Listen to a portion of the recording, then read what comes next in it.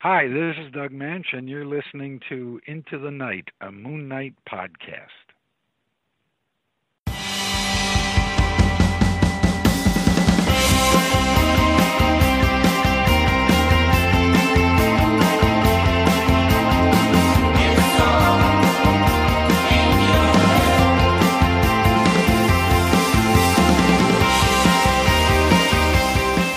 Yes, Loonies, welcome back to Into the Night, the Moon Knight podcast. You are listening to episode 147, and I am joined, I'm Ray, by the way, in case you don't know, and I have a very special guest with me for this episode tonight. It's Scott Weatherly from 20th Century Geek podcast and Stories Out of Time and Space. Scott, big welcome to the show. Oh, thanks for having me back. I always love coming on Into the Night. You know, it's just any chance to chat Moon Knight with other fellow Moonies is always a delight. Yeah, I haven't had you on nearly not as much as I'd love to, actually, Scott. I mean, you have been on here before, mainly for Scott did an Isla Ras Sessions.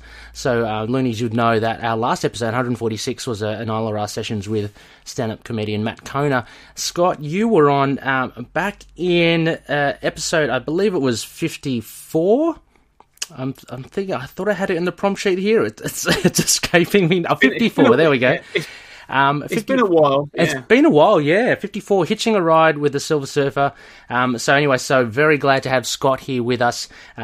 Just to let you know as well, this is a LUNAR-PICK review. It is the phase of the moon deems it. So we'll be looking at a classic run, and it's we've previously done it in episode 7 back in September 2017. So anyway, this will be fun because we have a new fresh pair of eyes in Scott, and a fresh perspective. It should be interesting to see what we kind of dig up with it. Just before we get into it, just a little bit of housekeeping as well. A big thank you to our sponsors, and I'd like to give the shout out to the Patronies. They have shown their loyalty to the show, and thank you so much for throwing some coin our way. It just helps us expand the show, helps us do more, and there's actually a little something later in the show which I'll mention, which is the fruit of that. So thank you very much. Big thanks to Dustin, Wayne, Justin, Joey, Jordan, Josh, James, and Anthony. Scott, can you say that really fast? I mean, that's a tongue twister. Yeah, I'll say that fast 3 times. Yeah, exactly. So big thanks to you guys. As you'll see in the episode, you are credited as co-producers or executive producers. So thank you very much appreciated. Also, as well, a big thanks to our sponsors, Hello Headphones, empowering gamers to play at their best. So a big thanks to them for helping prop up the show. Anyway, Scott, I want to kind of get into it. I mentioned it before. You previously came on the show, episode 54, a while ago. I can't believe I haven't had you on for any comic book reviews. This is the first one, right? This is going to be good. Yes. Yeah. No, I'm looking forward. And you picked a doozy. Put it here in front of me. I've got my epic. Lovely. I thought about should I go in the attic and get the floppies out, but I thought no, I've got the wonderful epic collection. So it's a beauty of the epic collections, though, isn't it? I've got it. Yeah, I mean, like the floppies are good, and they are. And I think we did an episode a few episodes ago with Noel, and we're talking about how fun it was. I think we were leafing through Moon Knight 13.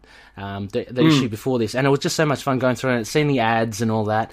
But there is something really kind of compact and just really nice about having an epic collection, with you. So, so I can't believe I haven't had you on the show previously. But you do podcast a couple of really cool podcasts. 20th Century Geek, which covers a lot of geek culture stuff. With that one, first of all, Scott, anything you can divulge in way of upcoming episodes? Yeah, I mean, at the moment we're in the we did a 2-parter recently on. In fact, it was you. I was talking about it was you doing the Indiana Jones retrospective. Yeah. I was about to say, yeah. So Ray, you joined me, and we talked all things Indiana Jones. So that's part 2 is due out next week. So that'll be due out fantastic. About the same time as this episode. Mm-hmm. And then after that, I will gladly say I stole with pride your idea, and I've started to do Desert Island Comics. I've done a couple. Awesome. And I had a friend, a comic creator, Matt Garvey, independent comic creator Matt Garvey, on to talk about 3 of his favourite comics, awesome. Which is great coming up. And then in June, I'm doing it. I don't know if it's going to be 2 or 3-parter, but I'm looking at the pulp hero sort of superhero films that came out post Batman '89. So we're looking at like Darkman, The Rocketeer, The Phantom, The Shadow, and Dick Tracy. Yeah. So yeah, looking forward to that. I remember you put up a poll, I think on Twitter about it. They were all crackers. I can't remember who I voted for. Darkman's definitely one of my favourites in the 90s. Liam Neeson. Yes. Man, he's kind of came out of nowhere. Was that a comic book adaptation or no, okay? No. It's an independent new IP. Sam Raimi wrote and directed it. I'll get into it more on the show, but it's very much sort of like post Batman. Like all the studios were like, we need cheap super. We can't afford the DC stuff and the Marvel stuff. What can we pluck from? So yeah, you get all these sort of like random sort of pulp superheroes start popping up that studios can just throw out there and hope to surf on the back of the Batman wave. It's really interesting how, I mean, I'd never considered it, but like looking at it from a business sense, and as you say, like Batman did so much success, had so much success, that it only makes sense that the studio, and then they couldn't afford the rights to particular things. Yeah, wow, I never really considered that, but that time was definitely peppered with a lot of kind of either obscure superheroes or just like really D-grade superheroes, but not taking nothing away from them. Of course, they're pretty cool. Also, your other podcast, which is awesome, man. I've got to I've got to listen to the first episode. It's just dropped recently. But Stories Out of Time and Space. I wanted to ask you just something slightly different. So it's a relatively new podcast compared to your 20th Century Geek podcast. What has been like a couple of your favorite things that you've covered so far on that show?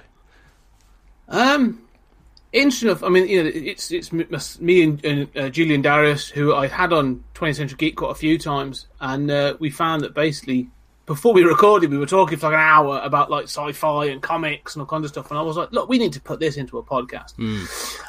So we sort of decided to start doing each episode's a sci-fi movie, some well-known, some a little bit more obscure, but the two really that I've really enjoyed are the first season. So we did season 1, and we're just sort of doing an interlude at the moment, was Starship Troopers. So Julian and I sort of getting into Starship Troopers. Yeah. It was it's such a good film. I think it's an underrated film. I think, people sort of think of it as a sort of a daft 90s throwaway sci-fi sort of thing, but it's not. In many ways, it's a spiritual sequel to RoboCop. It's sort of where RoboCop is a satire of corporate America in the 80s.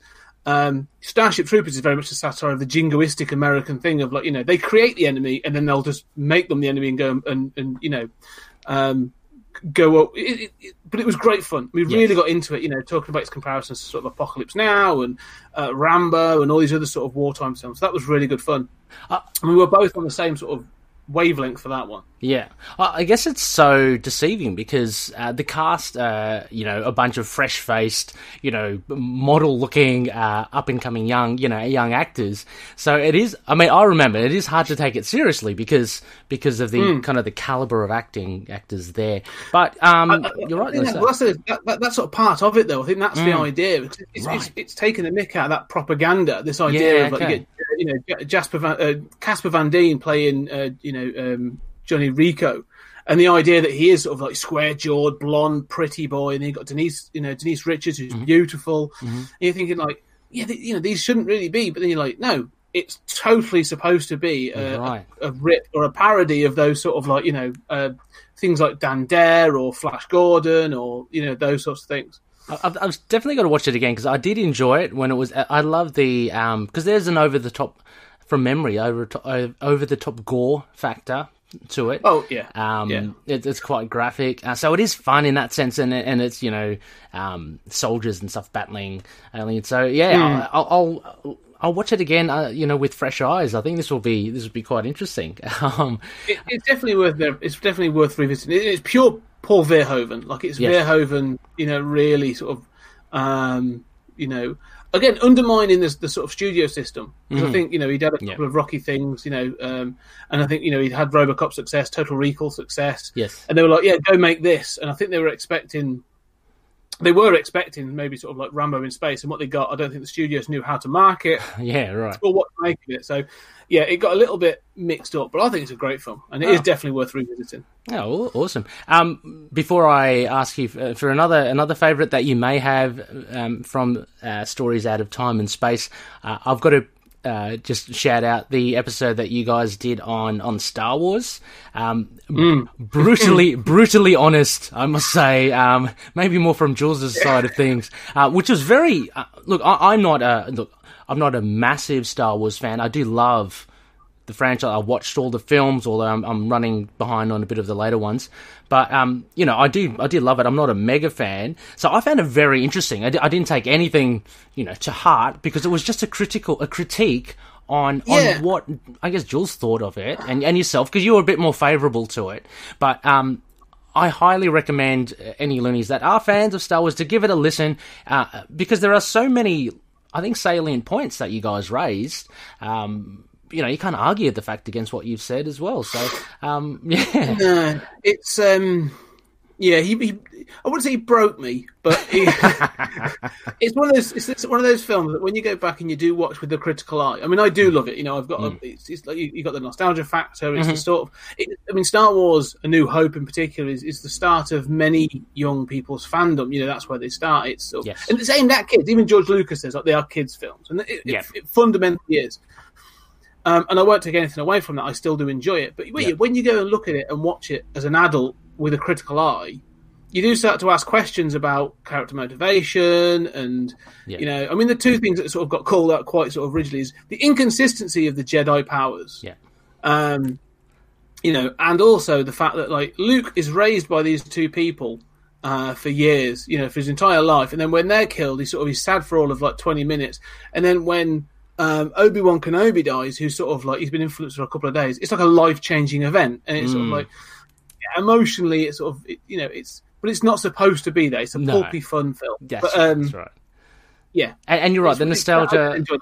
It's a ripper of a conversation. So, Loonies, definitely check it out. Any other?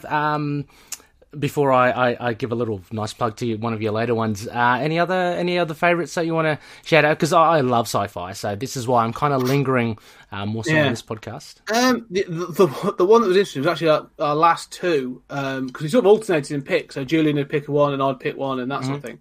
And the last two were Inception, which is very much one of Julian's favourites, and then Looper, which. And again, I acknowledge the flaws in that film and some of the, time traveling inconsistencies of it. But basically, it was that, those two were great because it was sort of, Inception was me sort of picking fault with that. It's a Christopher Nolan film. It's very, very good. But Julian clearly likes it a lot more than me. So it was good to do. And then he came into Looper basically saying, this is rubbish. And I'm like, no. It's a misunderstood masterpiece. Come on, let's talk about it. So, it's been some fantastic and really fun discussions about some films. I think there are films, and in season 2 there's going to be some good ones as well. Films that get held up as classics. Yep. And then people just take that as a line. Oh, of course it's a great film. It's that. And then you have to go back to it and say, look, you can love it, and I love it. Yes. But let's acknowledge its flaws. Like, it's kind of fun to do so, and it needs just to be acknowledged that nothing's perfect. Yes. I think you raised that in the Star Wars thing. I thought it was a very good point. I mean, you have to acknowledge the fact that people have associated it with kind of milestones in their life. Whether it's formative, growing up and stuff, and so they hold it in a very special place. But as you grow up, a different perspective. It doesn't mean that it's Teflon. You do have to look at it, and of course there are flaws. There are flaws in everything that you can pick. So, very good point with that as well. I think it's a very unfair thing to say as well, but I was about to say, do you guys pan each other's picks of reviews just to spite each other? Not so much. I'm pretty sure that Julian came in a little harder on Looper just because I made him watch it. Yeah. But no, I think we've been pretty even-handed, and again, sort of like, I think season 2 has got some doozies in there. Yeah. There's a couple of films that I've picked that there's one in particular that I know Julian hasn't seen yet, and so I'm really interested to sort of get his take on. And then we've got a couple of we've got Barbarella is in season 2. Awesome. Well, yeah, so we do it turns out we do the highbrow, the high concept, but we're more than happy to go with full on camp as well, and it's all just about it. All part and parcel. It's the whole spectrum. You know what I mean? So, but speaking of class, I wanted to give a play.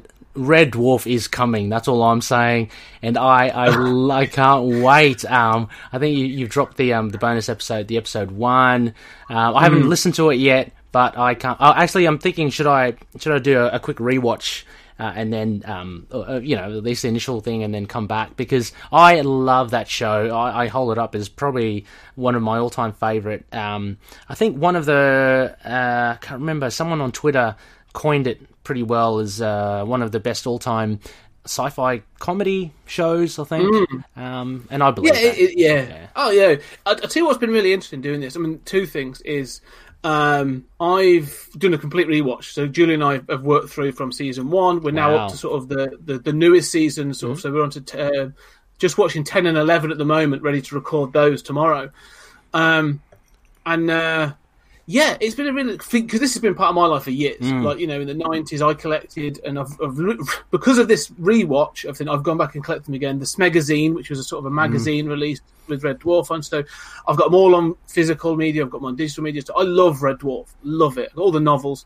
But going back to it again, like I say, it's a similar thing to Star Wars, and you apply like that adult, maybe a critical eye to it. And you have to take this is a weekly sitcom with a low budget. Like, it's not. I won't say it's not high art, it's great, but you start to see consistency. There's continuity errors and all this other stuff, which we do take the mick out of a little bit. Yeah. But there's a couple of things in it that have really dawned on me in this. I'm not going to spoil everything, but for me, like Dave Lister, it was always the sort of the protagonist. Like he's the last human, he's in space, and he's got these sort of like these characters that sort of support that premise.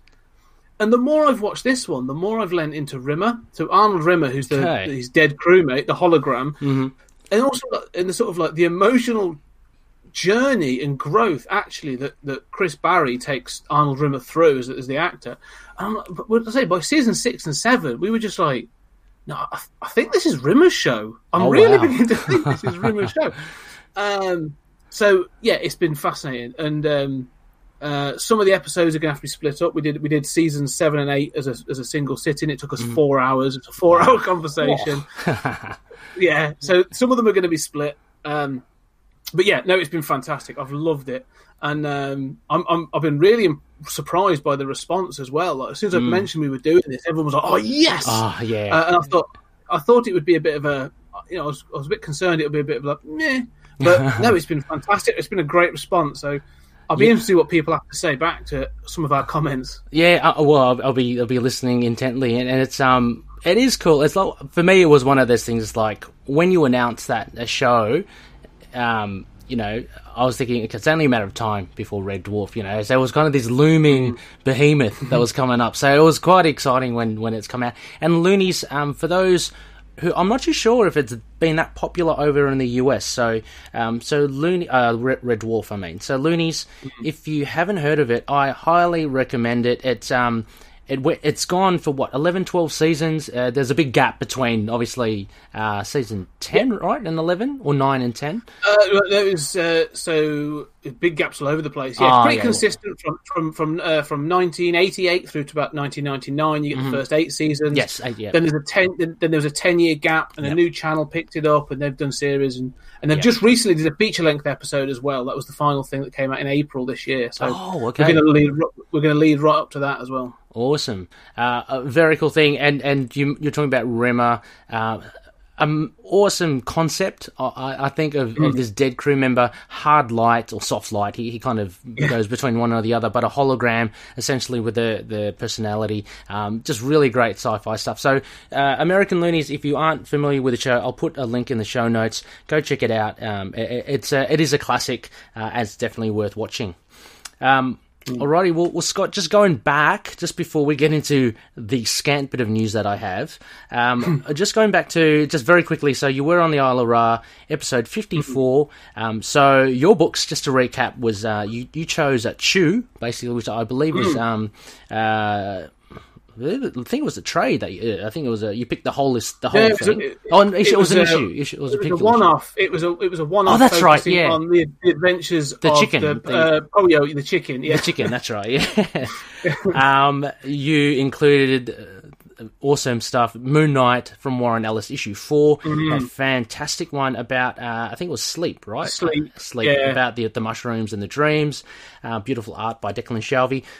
You capped it off with also then Shadow of the Bat, the Nobody, and the big, very popular, I believe, Grant Morrison Animal Man run, and that issue with that Looney Tunes, which I found... Yes, the Coyote. Oh, my God, yeah, very, very good. So go check it out, Loonies. Check our back catalogue, episode 54, and I've just spoiled all the books for you, but, you know, I think it's well worth a listen.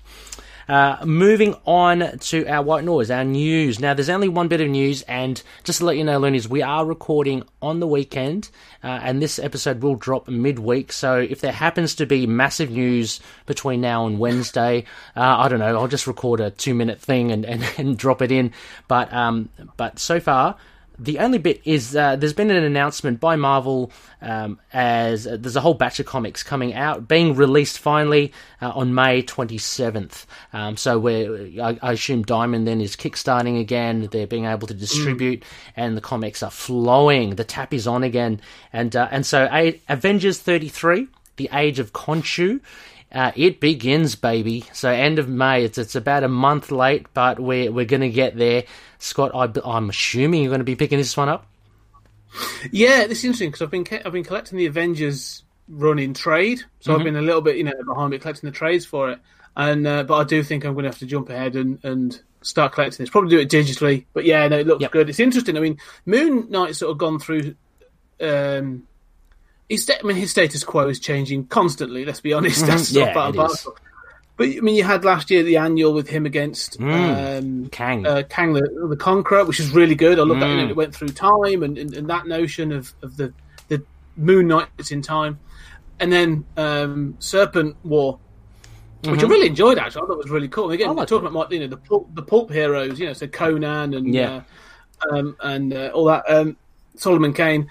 But that bit at the end, where Moon Knight became sort of like astral, sort of phased and stuff. I was like, oh, what is going to happen with this? I know. So yeah, we haven't had much since. No. So I'm wondering, like, is that going to be a part and parcel of this story? Obviously, you've shown them on Facebook, and that the covers have sort of been suggested. So there's Moon Knight. Yeah.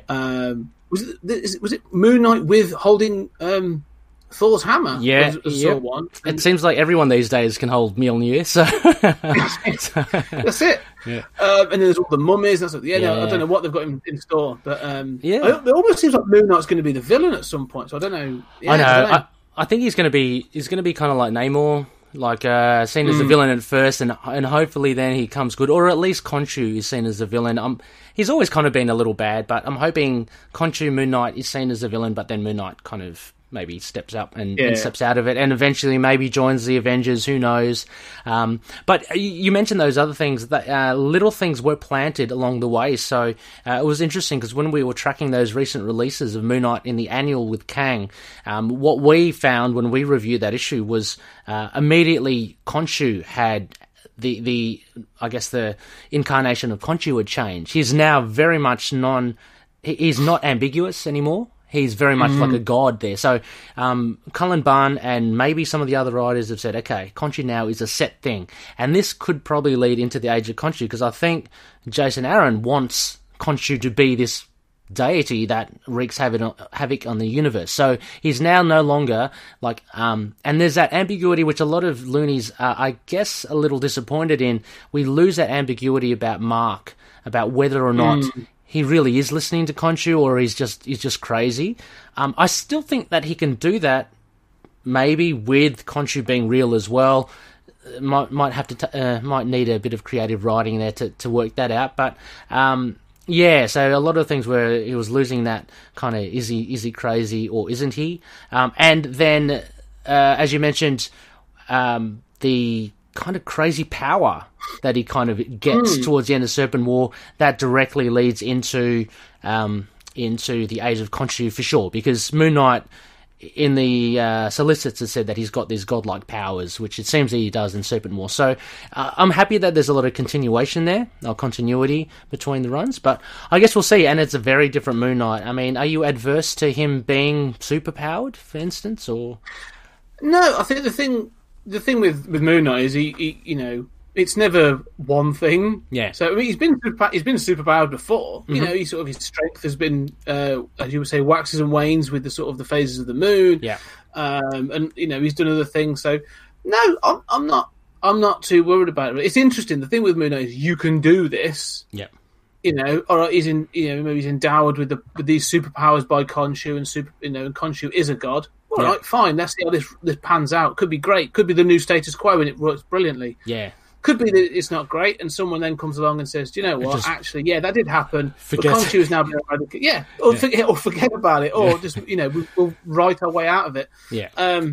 I'm happy either way. We're getting more Moon Knight. It's Jason Aaron doing it, so exactly. He's done some great stuff. So I'm interested to see what he's got to offer. Really. Yeah, I mean, he's just going to add another what do you call it?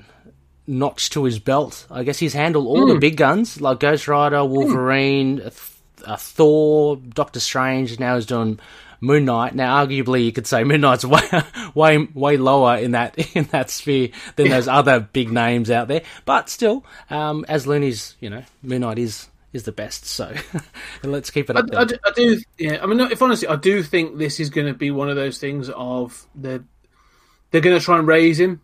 Elevate him a little bit again. Wow. They've given him the push in the past, and I think this could be. I mean, you've got the Moon Knight Disney Plus show coming at some point, in the next couple of years.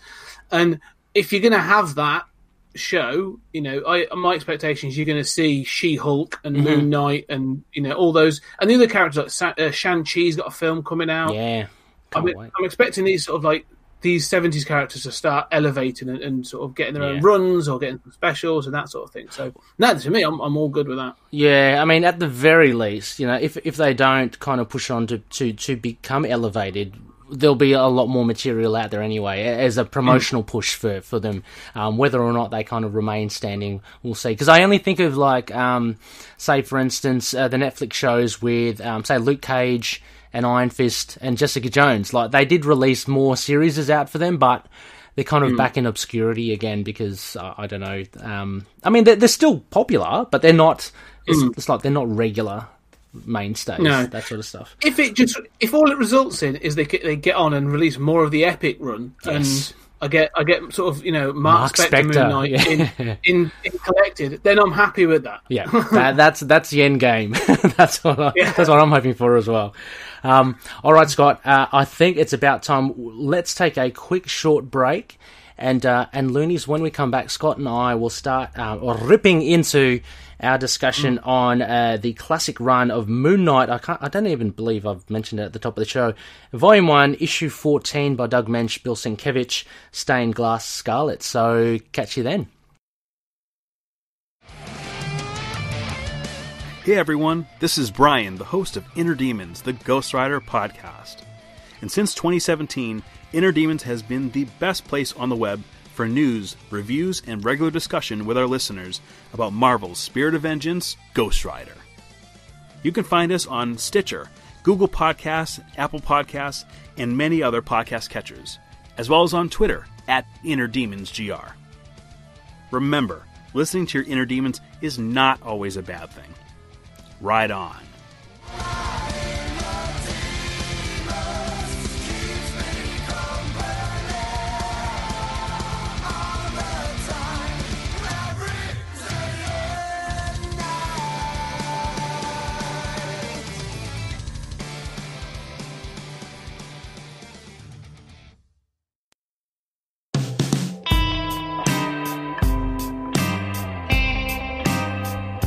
Yes, welcome back, Looney listeners. You are listening to Into the Night, the Moon Knight podcast. This is episode 147. I'm with very special guest Scott Weatherly from 20th Century Geek podcast and Stories Out of Time and Space.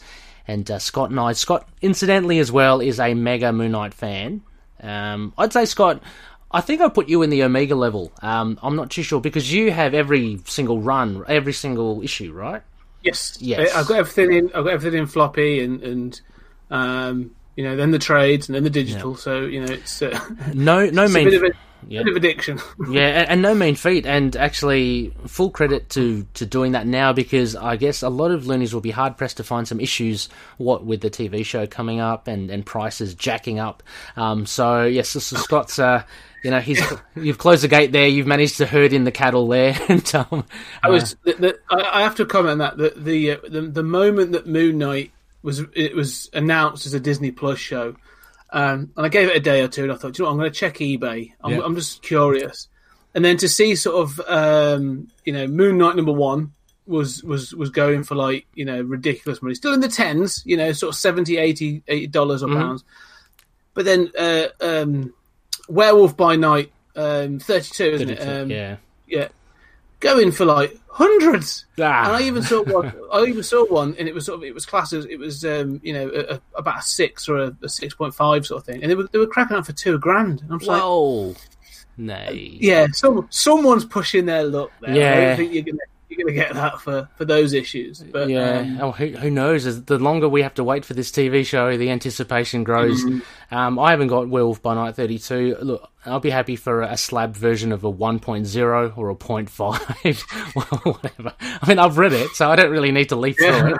But it'll be good to own it. But yeah, they're getting harder to find, and not only the floppies, the trades as well. So anyway, loonies, we are here for a review. The phase of the moon as you look into the night sky. It is a waning crescent. So Khonshu decrees that we do a classic run review, and as mentioned, it is Moon Knight #1, issue 4, volume 1. Issue 14, Stained Glass SCARLET.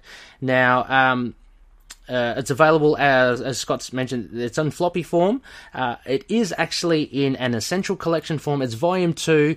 Unfortunately, this is out of print as well and long gone. It's a black and white, kind of like a newspaper stocky kind of collection. Really fun to read, and actually really good for Moon Knight because I think that pulpiness really comes through. But also Scott and I are reading from the Epic collection. So volume 2, Shadows of the Moon, which I do believe has recently gone out of print as well from Diamond. I'm starting to become a big Epic collection collector, Scott, and a lot of these Epic collectors, this volume 2 of Moon Knight is a white whale to many of them. So again, we're pretty lucky that we got him. Yeah, this was a day of release kind of purchase. These Epic collections are amazing. I've got, as yourself, I've got a couple of things, a couple of the runs and stuff now. They're really good. I mean, I think without them, I maybe wouldn't have explored the older 60s. Issues. But now I love them. I love reading these older type of issues. They're really good. All the decades. They're really cool. So this was published December 1981. We have writer Doug Moench, super team, penciler and inks, Bill Sienkiewicz, colorist Christie Scheele, letterer Janice, Chiang, and editor Denny O'Neill. Now, Scott, I haven't discussed with this with you, but we have a bare bones. We have a synopsis. So, Lenny's, we go through a summary of the issue, and then Scott and I will go through some aspects, just loosely talk about writing, art, themes, or characterizations before we give it a moon rating system. So, a moon rating from our system. So, Scott, as you can see in the prompt sheet, I've slightly coloured two sections of it. Would you mind reading one of them? I can read the other half. I don't know if you have the... Yeah, I'm happy to do that. Do you want to start? Yeah, okay, I'll start. And you will take it from there. So, Loonies, this was actually the same synopsis which I wrote back in episode, what was it? Episode 7? What did I say at the beginning of the show? Yeah, 7. Episode 7. Yeah. So I'm hoping my writing skills have improved since then. Anyway, we'll see how we go.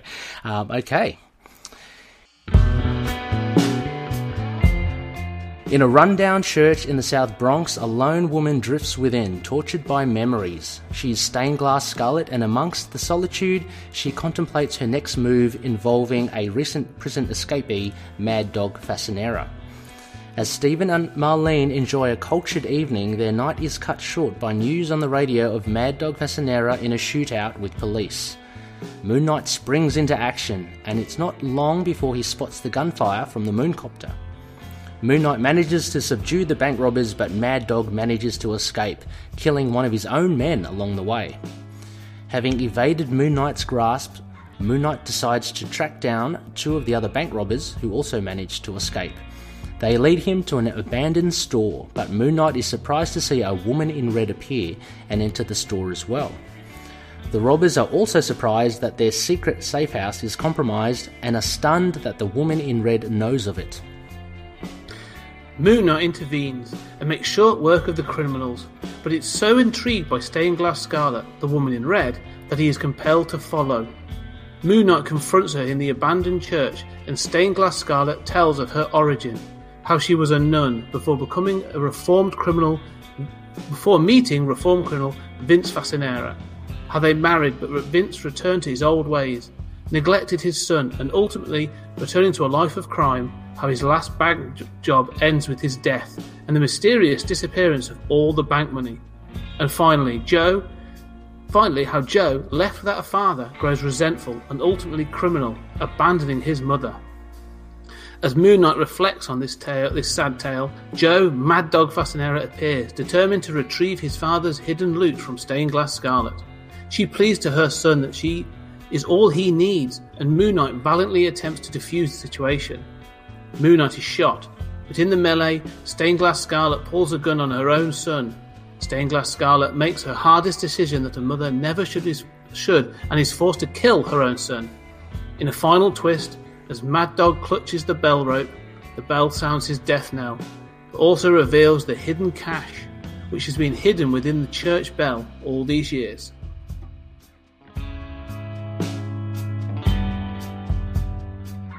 Yes, Looney, so that is our bare bones. Just a quick summary in case you don't have the issue, to know what we're going to be discussing in this issue here by Doug Moench. So thank you, Scott. That was cool. Now, first off the bat, before we get into any of our points, overall, how did you find this issue, Scott? Did you enjoy it? Was it a little? Yeah. I really like this issue, and I think this sort of one of the things that Doug Moench does really well in this first run is this balance of comic booky fun and ludicrousness, and then all of a sudden you get an issue like this, and it's just sort of like, oh right, he can do this as well. I mean, this has a sort of that air of Frank Miller's Daredevil about it a little bit.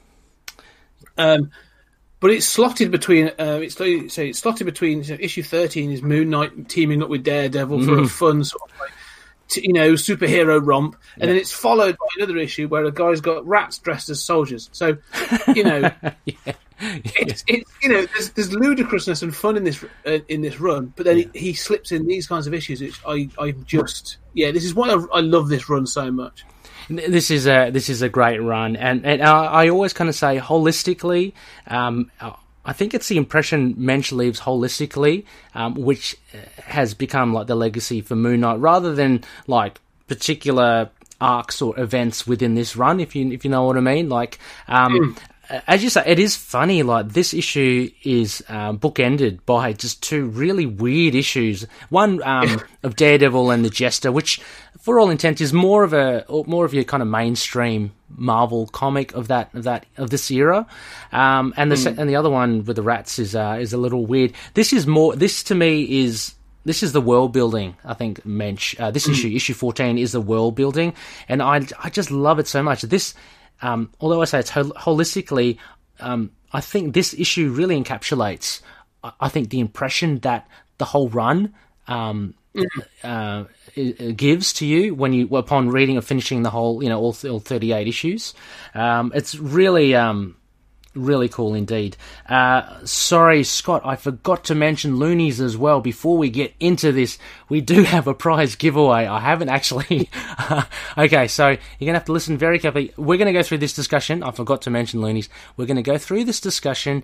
At the end of it, after we give our rating, I'm going to come up with a question.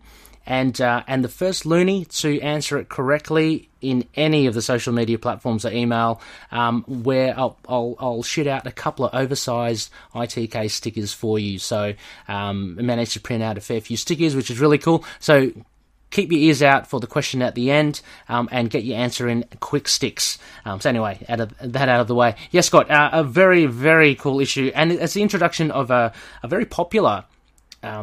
anti-hero / villain. She's very kind of vague. I mean, we see her in the different runs, but yeah, no, really enjoyed this issue. Right, well, I don't know, Scott, if you want to lead off with any particular points from any of the themes or aspects, we can start cracking on it. Yeah, there's a couple of things really that, again, sort of, I hadn't read this in a while, but going back, I've read it a couple of times now in the last couple of days, and there's a couple of things that sort of stand out that, I mean, the two sort of themes that... Well, there's a couple of things, but the main one is redemption. Like, there's a real thing in here about redemption, and whether it's a choice, but also in that redemption, having the right people around you. There's a clear thing of Scarlet has made this choice to sort of seclude herself in the church, and although it's revealed her son, Mad Dog is her son, I almost feel like even though he's escaped, all it has done has brought forward events. Like when he was released from prison, this same thing would have happened in some way. Yes, she was preparing for this event to confront her son and offer some form of redemption. But I think she feels it's a redemption for her. But because she's taking it as solitude, it's become about this dedicated mission. But there's a conversation between sort of Marlene and Stephen Grant about redemption and how if being Moon Knight and sort of saving people and fighting crime is a redemption for his soul, then he's glad that she's been there and she has actually been an impetus for that. So I feel that they're trying to comment on this thing of sort of having the right people around you can actually probably direct your energies in a better way than solitude and stuff. So I find that interesting. Oh no, that's very very interesting. I mean, the character herself is, I found interesting, and off the back of your point as well, of her trying to redeem herself. I think the main thing for me, the thing that stood out for me from the writing was the main plot of her origin and setting her up. I think so. Doug Moench, obviously, I think he invested a lot in this character. He really wanted to build her up. I mean, there were a few hits and misses along the way, characters coming and going, didn't really quite work, but I think he really does want to try and flesh out Stained Glass Scarlet. So you do get a lot, and there is... I think, as you say, she's kind of locked herself away, waiting for it. Interesting that you say that events would have panned out regardless of if he escaped or not, which I think is absolutely true. I mean, Mad Dog wants to... he's got this burning, I think, anger towards his mum. I don't think he even expects her to be around. He just wants to find the loot that his father Vince has kind of left, right? And so he kind of knows that it's in the church tower. I guess that's why Scarlet positions herself there. But I really like how she's set up. So at the very beginning, and Doug Moench, beautiful writing. I mean, I can't really place any other writers kind of doing, maybe J.M. DeMatteis, of this type of writing. Anyway, the way he describes and introduces her... she's sitting upstairs in the attic, kind of drinking wine with Gummidge, her cat. But we immediately know that she's quite intelligent. She goes to the old organ, even though it's not working. She actually plays out some Bach on there, which is very, very complicated. She looks at I've got these things: the masters, chess masters, Steinitz, de Riviere, Alekhine, and Nimzovich. And she studies the chess pieces there. So she's obviously she's highly intelligent. Well, that's how he's trying to pan her out anyway.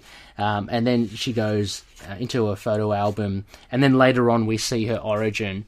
Quite tragic. So we're actually emotionally tied to her in the second time we see it, like her becoming a nun when she's explaining to Moon Knight.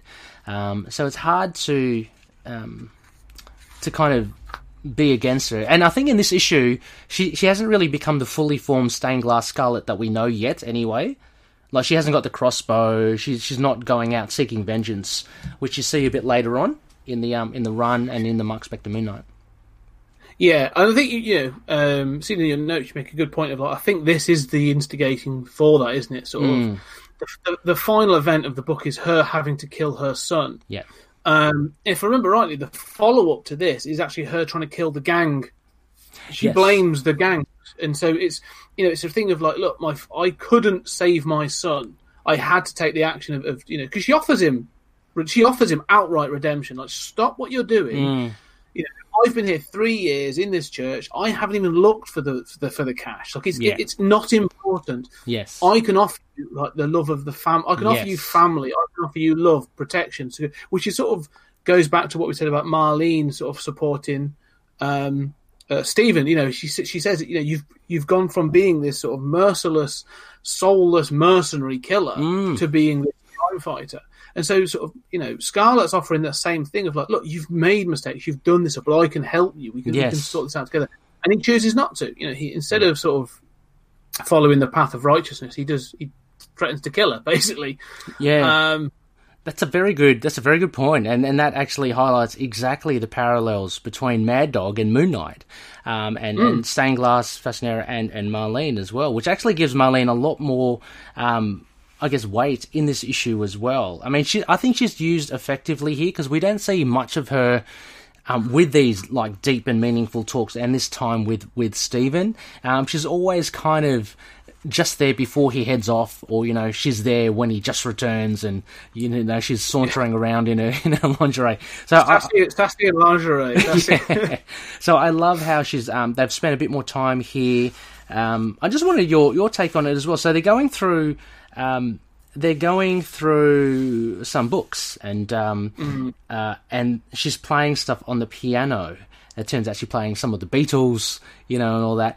She gets really emotional. Is this because...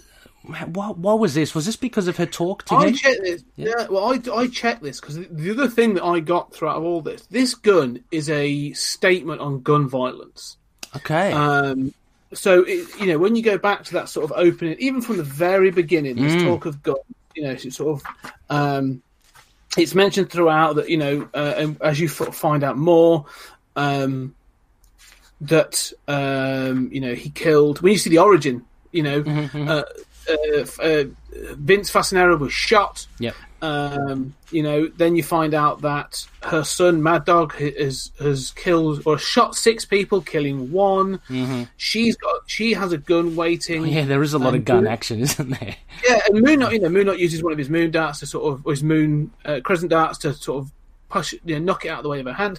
And there's actually 2 moments where they mirror some of the text. So this moment here where she's playing the piano, the thing we should highlight, this book came out or is published for December 1981. Mm-hmm. It's 12 months after the death of John Lennon. Ah, right. It's quite close, isn't it?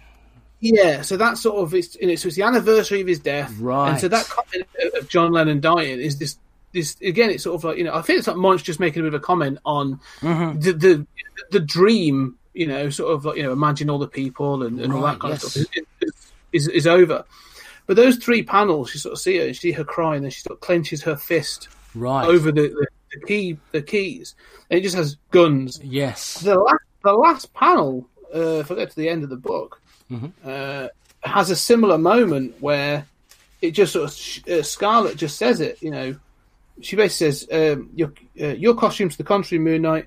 Things are never black and white," and then she just says, "Guns." Yeah. Yes, right. Again, I think that again, there's a comment on gun violence in this because again, like you say, Mad Dog's out to shoot people. Like, literally, the first time you really see him is him firing a gun. Like, that's the first time you really see it. Well, I'm going to take it even further. I didn't realise it, and that's actually such a good thing to point out. But the very first splash page, which is very striking, stained glass Scarlet holding a gun. And it's kind of like a stained glass, and she shoots through Moon Knight, which such an evocative first image. But yeah, wow, there's a lot more to it now with that, knowing that, like, about the guns and Lennon as well. So timely. Yeah, brilliant. Wow. Yeah. So I think Moench is really stacking this in. I mean, you get the whole thing. I mean, it's, if anything, you could say it's two-packed. I mean, because you've also got the whole thing about religion. So you got the redemptive sort of nature of religion. Like, she was a nun, and then she gave up the church and being a nun to become the wife to Vince Fasanera, and then she's now become Stained Glass Scarlet. And I think one of the things that she highlights throughout all of this is when she was a kid, she was never sure if she was going to be an actress, trying to be an actress, or join the church. And then when she does join the church, she says, "I realised I was just playing another role. Then I became a mother, and I realised I was playing another role." And to me, Scarlet is just another role. Like, she's almost like she's a lost woman. Like, she never knows. Every time she tries something, takes something away from her. So when you do see her going through her solitude at the beginning of the issue, which I really do like, she's taking this opportunity to just, like I say, to better herself. Like, she can play the organ. She's clearly sort of learning strategic thinking from chess. She's reading all these books. She's studying the stars. Like, it's interesting that she's still searching for who she is. Yeah. To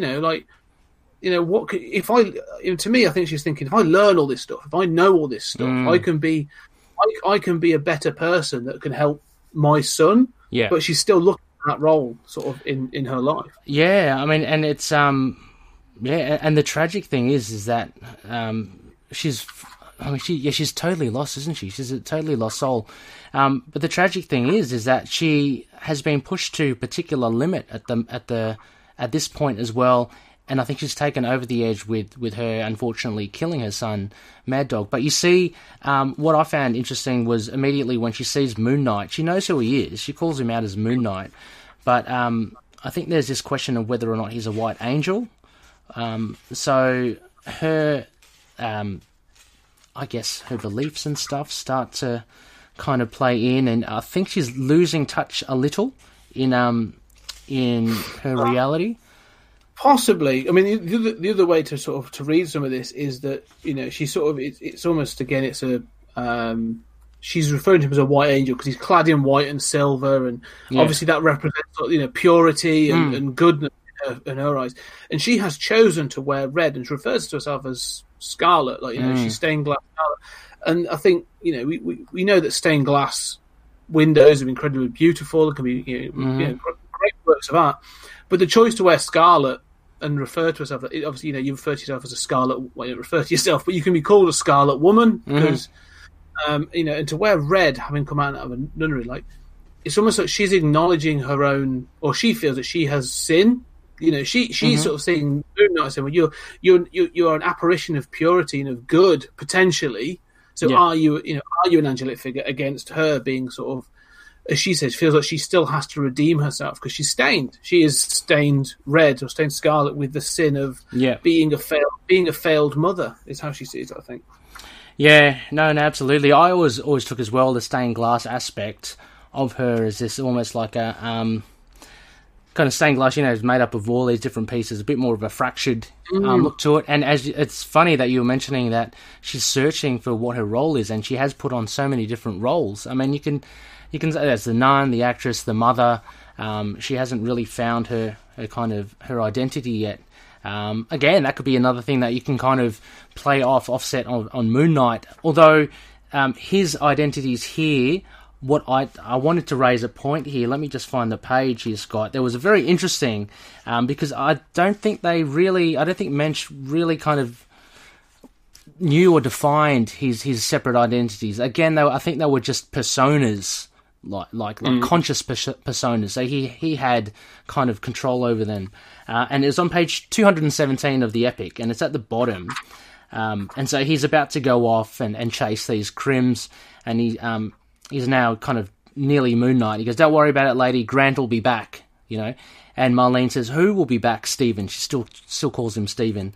Okay, already, I'll be back. So he's kind of, I think for me, I could be totally wrong there, but I thought it's okay, I am Stephen Grant. Okay, I'll be back. You know, I'm just putting on this little play that, you know, I'm a different persona in Moon Knight. Yeah, I don't know if you made anything of that as well, Scott. It's just a little thing. Yeah, it's one of those things that's dotted throughout this run, isn't it? Sort of like whether or not they are roles, like you say, sort of, you know, personas that he puts on, or is it actually something more? Yeah. Because the other thing as well with this is like when you read the issue, and it's something I think that Moench does well, and it's presented better in other issues. Is as Stephen Grant, like, you know, they talk about art, they talk about, you know, they're mournful of John Lennon, they talk about music, you know, they, like you say, they're having a cultured evening, and it's all very sort of the dialogue between them is as you would expect of that people that are quite cultured. Yeah. And the moment he sort of dons his Moon Knight, he refers to her as lady. So Gon is referring to her as Marlene or whatever. It's sort of like, you know, yeah, don't worry about it, lady. Grant will be back. And he's sort of saying, look, I'll be back in that persona later. And like you say, I think I always feel that this is like, yeah, he sort of has to toughen himself up. He has to sort of fall back into those mercenary ways to survive as Moon Knight, sharpen his skills, his reflexes, his senses. True. And so he has to sort of drop it a little bit, you know, drop that sort of facade maybe. And I just don't think Marlene likes it. I think she gets a bit uncomfortable when that happens. Oh, no, yeah. She definitely, I think Stephen's her favourite. I mean, I think you mentioned that in some of the issues. She much prefers him. And it's funny as well, this kind of the way he talks. It reminded me a little bit of Jake Lockley as well. And it's funny how down the line that the writers have associated Jake Lockley with the tougher, almost Moon Knight kind of aspect to him. But that Moon Knight becomes an identity in himself. So there are 4 identities there. So, yeah, quite interesting there. Look, the art as well, I think, is it's still surprisingly kind of dark and grim, even though you get these splashes of big colour in it. It seems perpetually at night, which I think it is. But, I mean, I'm even looking at, again, for some Patroonies out there that can have a look at the video, you know, some really flat, bright colours used in the background there.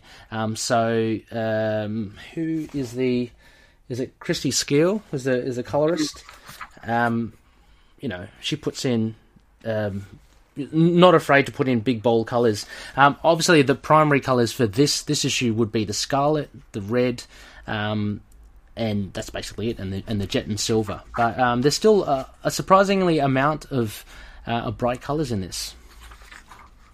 Yeah, I think that, you know, again, you get sort of Sienkiewicz's art, which is always really fluid, and it's sort of, you know, it always feels dynamic. And he definitely prefers to keep things, you know, sort of, verging on the noir. You know, he sort of likes that grim and gritty, and it works for this issue.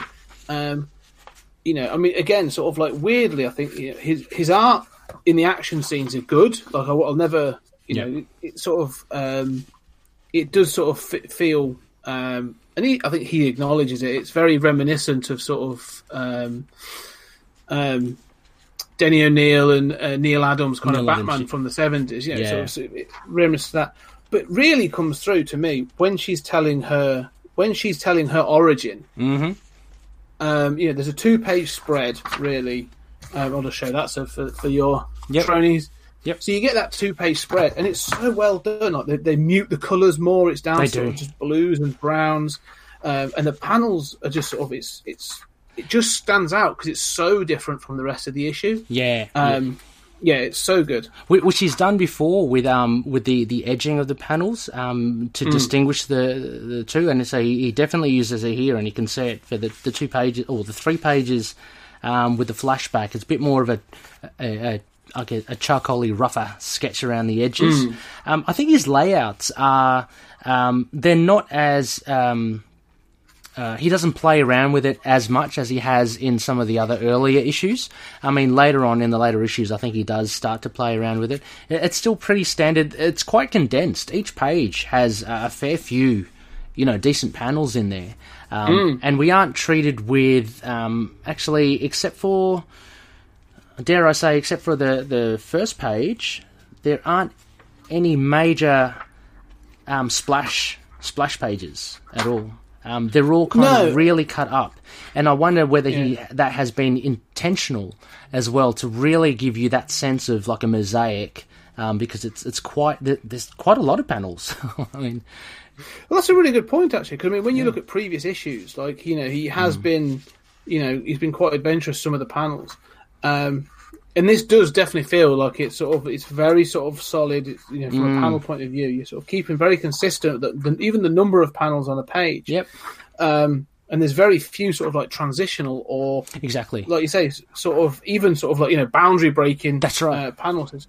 I don't know. Yeah, it's good. I mean, again, maybe because the story is trying to be quite grounded and quite sort of like an emotional core. Maybe you wanted to keep it grounded, but I don't know. But you're right. I mean, that page again, as you referred to it, the action page. Let's hold it up so you can see. So this page. Yeah, here. Oh, yeah. With the solid background, that feels like a stained glass. And like you say, the solid colours behind it and stuff. It does. Actually, that's a really good piece. Yeah, that's a good point as well. So maybe there is quite a lot of synergy here between maybe a lot of discussions of how do we get this stained glass theme in there. I mean, even during that cultured evening, they look at the book of Alphonse Mucha, the collected works, and apparently it's similar to stained glass.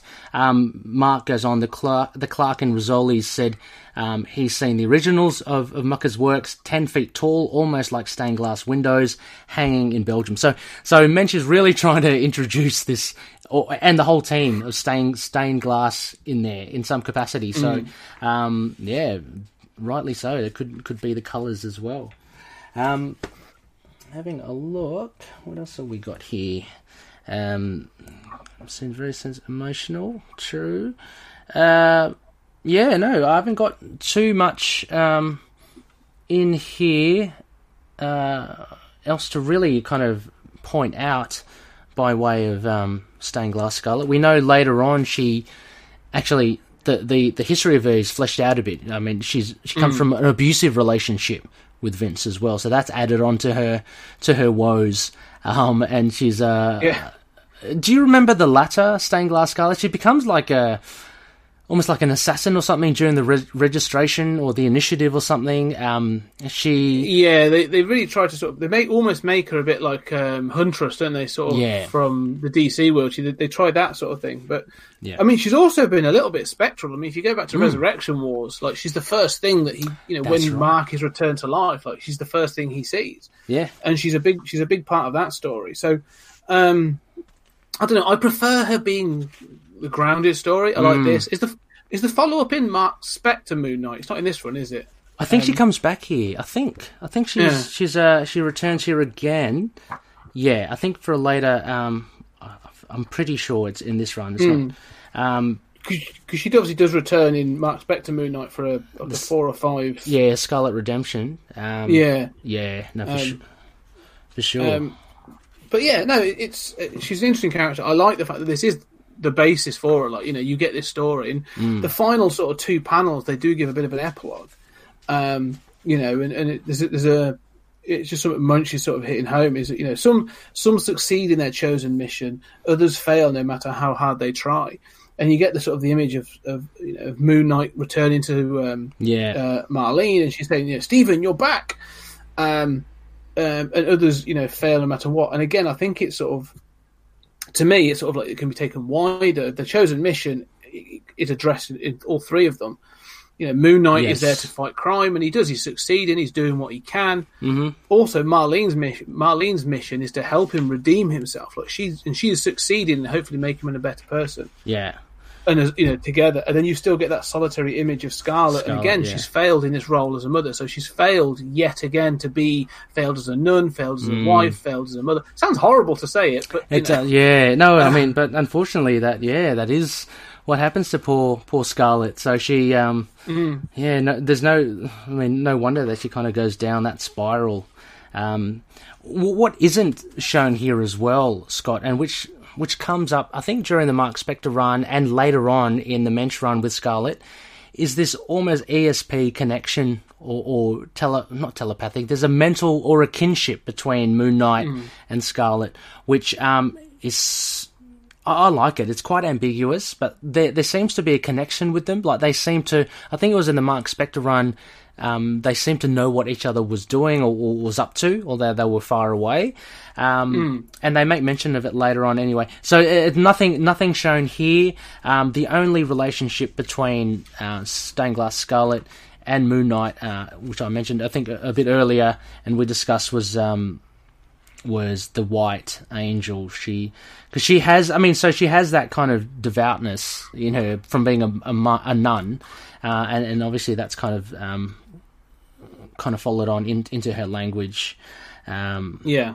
But yeah, so very very interesting. Any other final thoughts here, Scott, before we may crack onto a rating? No, just one final one. I've just been flicking through. So this obviously is the Epic Collection Volume 2.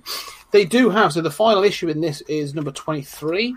So I think she returns in 24, because what you get is the next issues is, so in there it says at the top of it, she wants revenge, he wants her to have it, but can he turn his back on cold-blooded murder? Right.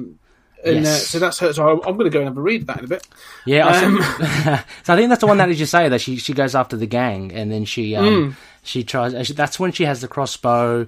That's. I think it's set in the Bronx again as well. So this is set in the Bronx. Is my geography's not good. Is that in New York? That is around New York. Okay, so it's still New York.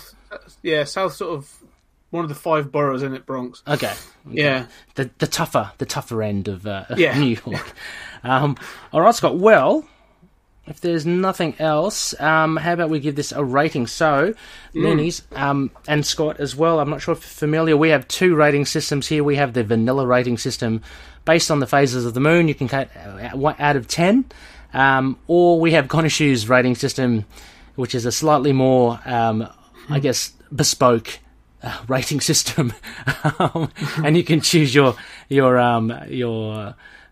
score thus. I think I'll go for the Khonshu's rating. Okay, excellent. I'm going to go for, it's a big, beautiful yellow man, okay. Which is you've got as a number as an 8. It's 8. Definitely sort of It's what would that be in yours? It's sort of an 8. Yeah, waxing gibbous. Waxing, big beautiful. I'm putting you down for the big beautiful yellow man. So yeah, that's a very strong. That's an 8 out of 10.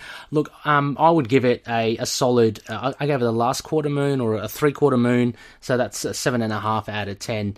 Very enjoyable. I didn't know what to expect when I was going to go in for a reread again, just before when we were preparing for this show, Scott. But I still thoroughly enjoyed it. It still holds up so well.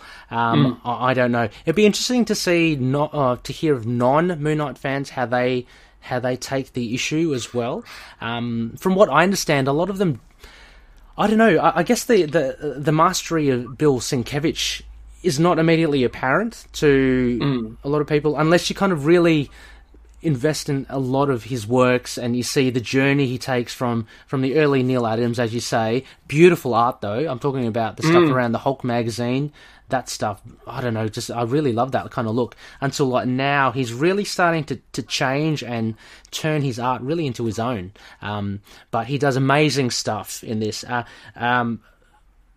More so in some other issues that we've had. There was one with the voodoo, the New Orleans one, and there's the music one, which he really does flourish in.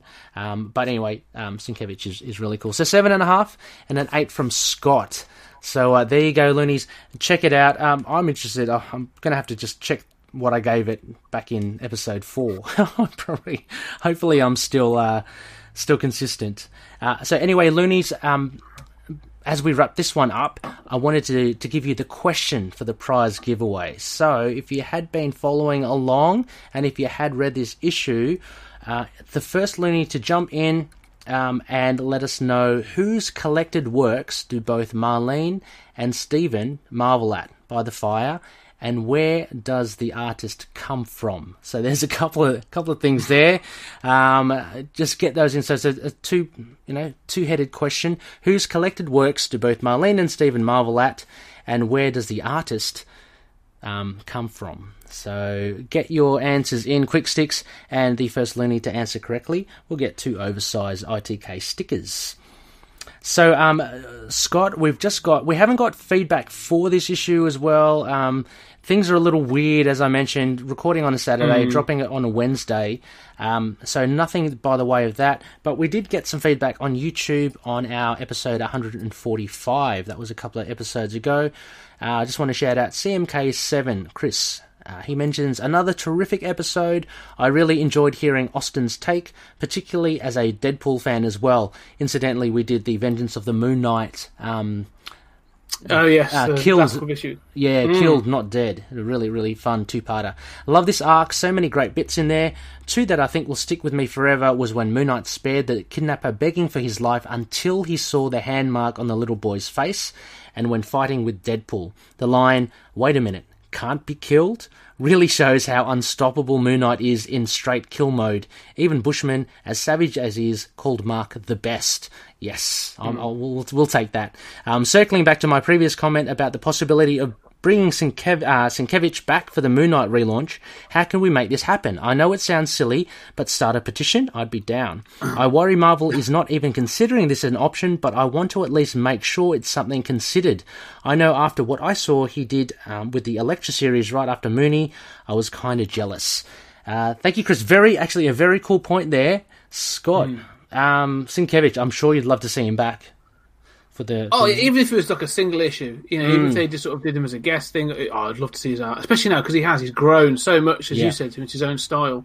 To see him back on Moon Knight, even for one issue, would be amazing. I think you've hit it on the head there, Scott. I reckon there's a massive possibility that he will, because I only say that because Peter David and Dale Keane have returned for a new issue on the Maestro, the Incredible Hulk in the future.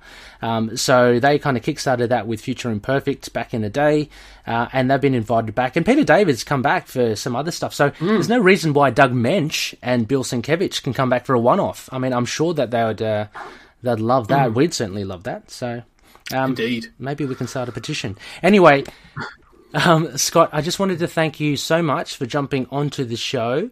Thank you very much.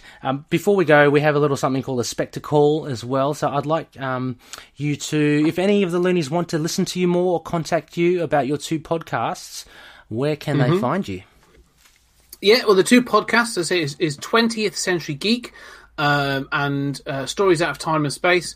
Both can be found on iTunes, Spotify, and all the other podcast catchers. So just search for us out there. And also, if you want to find us, 20th Century Geek is plastered everywhere. It's at 20th Century Geek on Twitter. We've got a Facebook page. We've got Instagram. And if you want to sort of talk more about the sci-fi on either of them, but we've also got at Pod Time Space as well for Stories Out of Time and Space. And as I say, check that out as well. That's sort of everywhere. And we are going to be going deep diving into Red Dwarf for the next couple of weeks. That's awesome. A big highlight there, guys. Check it out. If not, check out that Star Wars episode, as I mentioned, or the Starship Troopers, as Scott mentioned as well. Thank you once again, Scott. It's been an absolute pleasure. No, thank you. Thanks for having me. I always, as you know, Ray, any chance to talk Moon Knight, I will jump on it, no doubt. I'll hold you to that because we've got plenty of issues to cover still, and I like what I'm hearing as well. It's great to have a different perspective on things as well, and like different points raised. Makes the discussion a whole lot more interesting. So really cool. Next phase, we will have a Waxing Crescent Looney, so it is a LUNAR-PICK modern run review, so it's another comic book issue review. We're straight back into it. It's Moon Knight Volume 6, Issue 7. It's the wrap-up to the first arc by Brian Michael Bendis. Now, Scott, it was either going to be Stained Glass Scarlet or this one. I thought you'd probably like the classic run a bit more. I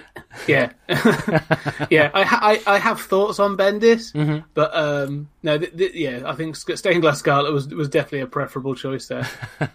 And so anyway, I'll have another special guest with me joining there. That should be fun. Wrap up that first arc, and then I don't know. We might jump to another modern run. After that, we don't have to stick to Bendis, but it's certainly been very interesting going through Bendis' stuff. His first couple of issues, I was really enjoying it. I think it's good. It's just, again, I think it works better as a trade. There are some issues that just like you enter it as if it's already in third gear, and then it goes to like fourth gear. It's like, hang on, I feel like I've just jumped in the middle here. So yeah, anyway. Yeah, no, it's a good run. I mean, you know, I do have thoughts on some Bender stuff, but Maliv's art in it is just outstanding throughout. So I've got the oversized hardback because even if you don't read it, it's worth just looking at the art on that. It's beautiful to look at. Well, I might get you on for a Bendis as well, because it's always interesting to get nice colourful takes. So so anyway, look out for that, Loonies, the following week. As mentioned, we're part of a Patreon page. Check us out. See the bonuses. It's all kind of, we just do all this for fun, but trying to make it kind of extra fun for those that support the show, even in a bigger capacity. We do love you listening to us, of course. Patreon.com/ITK Moon Knight. Check it out. Again, a big thank you to Hello Headphones. If you use the code ITK Moon Knight as a promo code, you get 10% off their online store. Also, check out our affiliate memberships with Amazon and Entertainment Earth on the links. Anything you buy there goes our way as well, just to help prop up the show. Finally, we're part of the Collective, a fantastic group of podcasts as well.